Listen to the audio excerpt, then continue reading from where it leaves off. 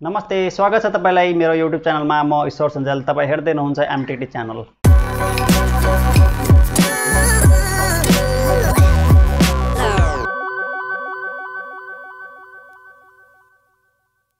म मोबाइलसँग रिलेटेड नयाँ tips and tricks लिएर भिडियो बनाउने गर्छु। र आजको यो भिडियो अलि लामो हुनेवाला छ। भिडियोमा च्यानलको परिचय सँगसँगै 3वटा यस्तो ट्रिक्सहरू लिएर आएको छु जसको प्रयोगले हजुरको मोबाइलमा देखा पर्ने समस्याहरू पूर्ण रूपमा सल्भ हुनेछन्। हामीले दिनहुँ मोबाइल फोन प्रयोग गर्दा मोबाइलमा धेरै प्रकारका समस्याहरू देख्ने गरेका हुन्छौँ। जस्तै मोबाइल ह्याङ हुने, मोबाइल स्लो हुने, ब्याट्री ब्याकअप धेरै मात्रामा कम हुने र स्टोरेज फुल हुने, यस्ता खालका धेरै समस्याहरू चाहिँ हामीले देख्ने गरेका हुन्छौँ आफ्नो मोबाइल फोनमा। र यसको समाधानको लागि विभिन्न किसिमका मोबाइल एप्लिकेसनहरू हामीले प्रयोगमा लिएका हुन्छौँ, तर पनि हाम्रो समस्याहरू चाहिँ समाधान भएको हुँदैन। म मेरो यो च्यानलमा त्यस्ता खालका समस्याहरू कसरी समाधान गर्ने, मोबाइलको सही सेटिङ कसरी मिलाउने र त्यस्तो खालको समस्याहरू फेरि आफ्नो मोबाइलमा नआउनको लागि के ट्रिक्सहरू अपनाउने भन्ने बारेमा नयाँ टिप्स एन्ड ट्रिक्स लिएर भिडियो बनाउने छु र उपस्थित हुनेछु। मेरो प्रत्येक भिडियो नछुटाइ हेर्नको लागि च्यानललाई सब्स्क्राइब गर्न चाहिँ नबिर्सिनुहोला।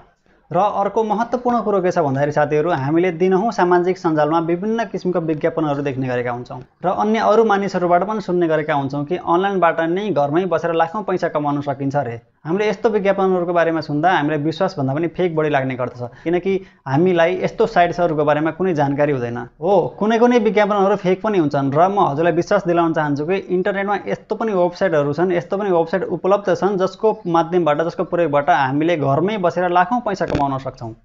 र इन्टरनेटमा काम गर्नको लागि कम्प्युटर हुनैपर्छ भन्ने केही छैन। हामीले आफ्नै नयाँ पुराना फोनबाट पनि यो काम गर्न सक्छौँ। म मेरो यो च्यानलमा यस्तै किसिमका वेबसाइट्सको बारेमा भिडियो लिएर आउनेछु र आफ्नो मोबाइलबाट कसरी अनलाइन जब गर्ने स्टेप बाई स्टेप आफ्नै मोबाइलबाट गरेर देखाउनेछु, जसले गर्दा हजुरलाई भिडियो हेरेर सिक्न धेरै सजिलो हुनेछ। मेरो प्रत्येक भिडियो नछुटाइ हेर्नको लागि च्यानललाई सब्स्क्राइब गर्न नबिर्सिनुहोला र बेल आइकन पनि थिच्नुहोला, जसले गर्दा मैले अपलोड गरेको भिडियोको नोटिफिकेसन सबभन्दा पहिला हजुरलाई नै आउनेछ।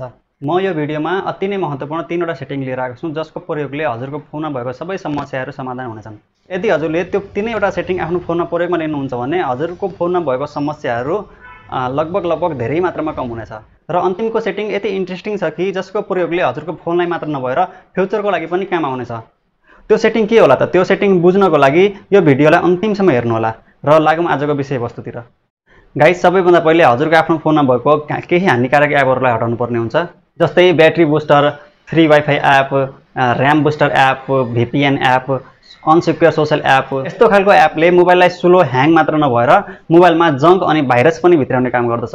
अब जुन समस्या समाधानको लागि यस्तो खालको एपहरू हामीले प्रयोगमा लिएका हुन्छौँ, त्यो समस्या समाधान गर्नको लागि हामीले आफ्नो फोनमा स्पेसल एउटा सेटिङ गर्नुपर्ने हुन्छ।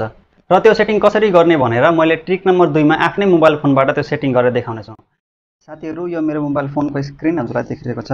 सर्वप्रथम त म आफ्नो मोबाइल फोनको सेटिङमा जानेछु।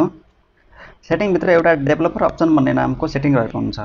हामीले त्यो डेभलपर अप्सनलाई अन गर्नुपर्ने हुन्छ र त्यो सेटिङ कसरी अन गर्ने म एकैछिनमा हजुरलाई आफ्नो फोनमा गरेर देखाउनेछु। र म हजुरलाई एउटा कुरा जानकारी गराउन चाहन्छु कि सबै मोबाइल फोनको सेटिङको लुक्स एउटै किसिमको हुँदैन। मोबाइलको ब्रान्ड अनुसार सेटिङको लुक पनि फरक हुने गर्दछ र तपाईले आफ्नो फोनको डेभलपर अप्सन अन गर्दा त्यो डाइरेक्ट हजुरको सेटिङ बारमा पनि देखा पर्न सक्छ। मेरो मोबाइल फोन हवाई कम्पनीको भएकोले मेरो फोनको डेभलपर अप्सन अन गर्दा सिस्टम एन्ड अपडेट नामको सेटिङभित्र देखिने गर्दछ। म सिस्टम एन्ड अपडेटभित्र गएर हजुरलाई देखाउन चाहन्छु। म यसभित्र आइसकेको छु र तपाईँ देख्न सक्नुहुन्छ मेरो फोनको डेभलपर अप्सन अन नभएको कारणले गर्दा यहाँ त्यो अप्सन देखिएको छैन। म तपाईलाई मेरो फोनको डेभलपर अप्सन अन गरेर देखाउनेछु र त्यो डेभलपर अप्सन अन गर्ने तरिका सबै कम्पनीको मोबाइलमा सेम हुने गर्दछ। अब म एक स्टेप ब्याक जानेछु। तपाईँ आफ्नो मोबाइलमा अबाउट फोन नामको सेटिङ देख्न सक्नुहुनेछ। अब त्यो अबाउट फोनभित्र जाने, म त्यहाँ क्लिक गर्नेछु। अबाउट फोनभित्र तपाईँलाई यस्तो खालको इन्टरफेस देखिनेछ जसमा तपाईँको फोनको बारेमा जानकारी दिएको हुन्छ। यसैभित्र एउटा बोल्ड नम्बर नामको अप्सन रहेको छ। मेरो फोनमा त्यो तेस्रो नम्बरमा रहेको छ, तपाईँ देख्न सक्नुहुन्छ र तपाईँको फोनमा अलि तल माथि हुनसक्छ। अब हामीले डेभलपर अप्सन अन गर्न बोल्ड नम्बरमा 7 पटकसम्म थिच्नुपर्ने हुन्छ। 1 2 3 4 5 6 7। मैले 7 पटकसम्म थिचिसकेँ। यसलाई 7 पटकसम्म थिचेपछि डेभलपर अप्सन अटोमेटिक हजुरको फोनमा अन भइसकेको हुनेछ। अब म यसलाई एक स्टेप ब्याक गरेर हेर्नेछु मेरो फोनमा यो अन भएको छ कि छैन। म फेरि सिस्टम एन्ड अपडेटभित्र जानेछु।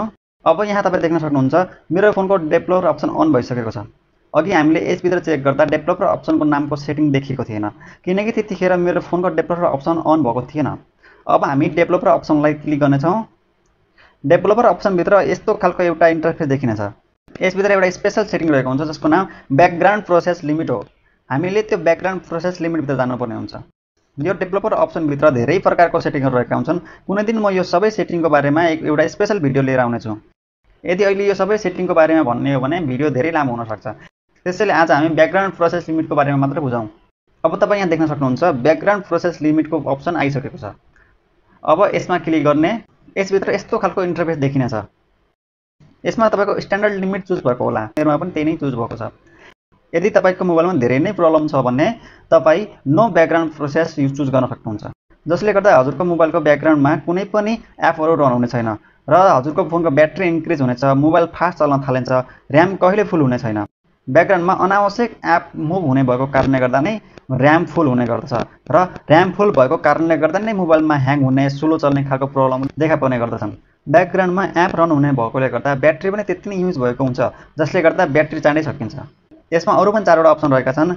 एटमोस्ट 1 प्रोसेस, एटमोस्ट 2, 3, 4 सम्म प्रोसेसहरू छन् हैन। तपाईँ आफ्नो इच्छा अनुसार 1 देखि 4वटा सम्म एप रन गराउन सक्नुहुन्छ आफ्नो मोबाइल फोनमा। त्यसैले यसको लागि तपाईँ जस्तै यदि हजुरले एउटा एप रन ब्याकग्राउन्डमा एउटा एप रन गराउनु छ भनेपछि हजुरले एटमोस्ट 1 प्रोसेसलाई चाहिँ हजुरले चुज गर्न सक्नुहुन्छ र त्योभन्दा बढी 2, 3, 4वटा सम्म पनि हजुरले युज गर्न चाहनुहुन्छ भनेपछि तपाईँले ती सोही इच्छाको हजुरले त्यो चाहिँ अप्सन चाहिँ तपाईँ चुज गर्न सक्नुहुन्छ। जस्तै हामीले प्रायः जस्तो मेसेन्जर, वाट्सएप, इमो जस्तो खालको हामीहरूले एपहरू युज गर्ने गर्छौँ कलिङको लागि हैन। अब यस्तो खालको एपहरू चाहिँ हजुरले अन गर्न सक्नुहुन्छ 3-4वटा सम्म। जतिवटा एप हजुरलाई प्रयोगमा लिनु छ त्यतिवटा एप नम्बरको अप्सन हजुरले चुज गर्न सक्नुहुन्छ, मिनिमम 4वटा सम्म। हाम्रो धेरै जस्तो फोनको स्टोरेज र मेमोरी फोटो र भिडियोजले गर्दा चाहिँ फुल हुने गर्दछ। हजुरलाई थाहै भएको कुरा हो, स्टोरेज फुल भइसकेपछि र फुल हुने समस्याले गर्दा मोबाइलमा विभिन्न किसिमको प्रब्लमहरू देखा पर्ने गर्दछन् र यस्तो किसिमको समस्या पूर्ण रूपमा समाधान गर्नको लागि के गर्ने त? म यो सबै कुराहरू आफ्नो फोनबाट हजुरलाई गरेर देखाउनेछु। अब लागौँ मेरो मोबाइल स्क्रिनतिर। साथीहरू, सबै मोबाइल फोनमा एउटा स्पेशल एप्लिकेसन रहेको हुन्छ। धेरै जस्तोलाई यसको प्रयोगको बारेमा थाहा हुँदैन र कयौँले यसलाई फोटो ग्यालेरीको रूपमा मात्र हेर्ने गरेका हुन्छन्। यो एउटा गुगल एप्लिकेसन हो जसको नाम फोटोज रहेको हुन्छ। यो एप्लिकेसनमा एउटा यस्तो स्पेशल सेटिङ रहेको हुन्छ जसको प्रयोगले हामी हाम्रो मोबाइल फोनको स्टोरेज र मेमोरीको समस्या पूर्ण रूपले समाधान गर्न सक्छौँ र यसको सेटिङ धेरै सिम्पल रहेको छ। म मेरो मोबाइलमा तपाईँलाई यसको सेटिङ मिलाएर देखाउनेछु र तपाईँ पनि आफ्नो मोबाइलमा यो सेटिङ मिलाउन सक्नुहुनेछ। आउनुहोस् अब सुरु गरौँ। म मेरो मोबाइल स्क्रिनमा आइसकेको छु।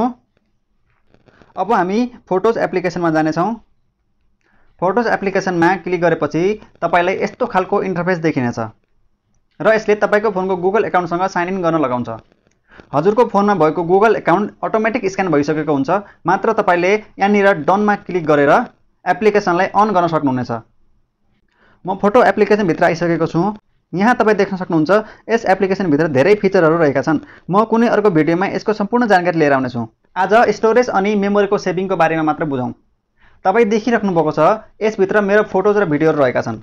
यसमा मेरो 2070 सालदेखिको फोटोज र भिडियोहरू रहेका छन्, किनकि मैले यो एप्लिकेसनको प्रयोग 2070 सालदेखि गर्न थालेको थिएँ। तपाईँ पनि आफ्नो फोटोज र भिडियोलाई जिन्दगीभरको लागि सम्हालेर राख्न सक्नुहुन्छ। यसको लागि एउटा सेटिङ मिलाउनु पर्ने हुन्छ। त्यो सेटिङ मिलाउनको लागि तपाईँ देख्न सक्नुहुन्छ स्क्रिनको माथि बायाँपट्टि 3वटा लाइन रहेको छ। अब त्यो 3वटा लाइनलाई थिच्ने, त्यसमा थिचिसकेपछि यस्तो खालको इन्टरफेस हजुरलाई देखिनेछ।